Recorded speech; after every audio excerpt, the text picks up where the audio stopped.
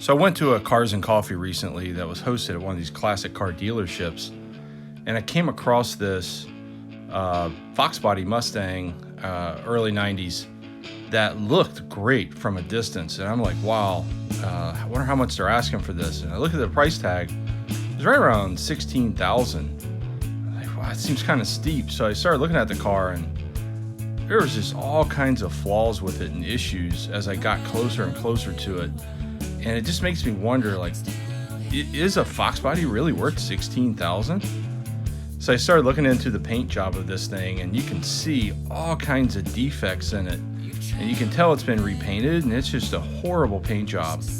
And as you zoom in a little bit closer here, you see these rough edges where it's just not taped up right. And then all the typical rot around the windows, none of that was corrected.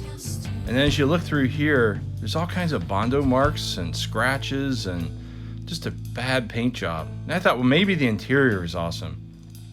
I'm looking at the interior, and all the plastic pieces are faded, the ashtray's broken, the seats are thoroughly stained. So all the upholstery has to be replaced, and then the carpet is totally faded and stained. The steering wheel's roached out. Now, all of this is fixable. All of this could be great, and this car could definitely be a $16,000 car if all that was fixed. But I would hate to pay 16 grand only to turn around and have to replace or fix the interior and the entire paint job. So the only thing I can think that this car has going for it is possibly, possibly a completely stock engine, but obviously the hood's not popped, so I can't look. The headlights have been replaced, so I decided to go around the rest of the car, and it's the same story everywhere. Just a lot of junk paint. You can see it has the original cheese graters, all that's nice and good, but everywhere I go, the paint just keeps popping at me. And as I zoom in here, you'll notice some really severe orange peel and sanding marks. I'm gonna try to get the lighting right there.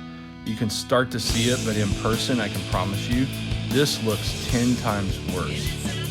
So guys, I can't wait for my Foxbodies to be worth some good money, but 16 grand for a car that has to be entirely repainted is not for me. So,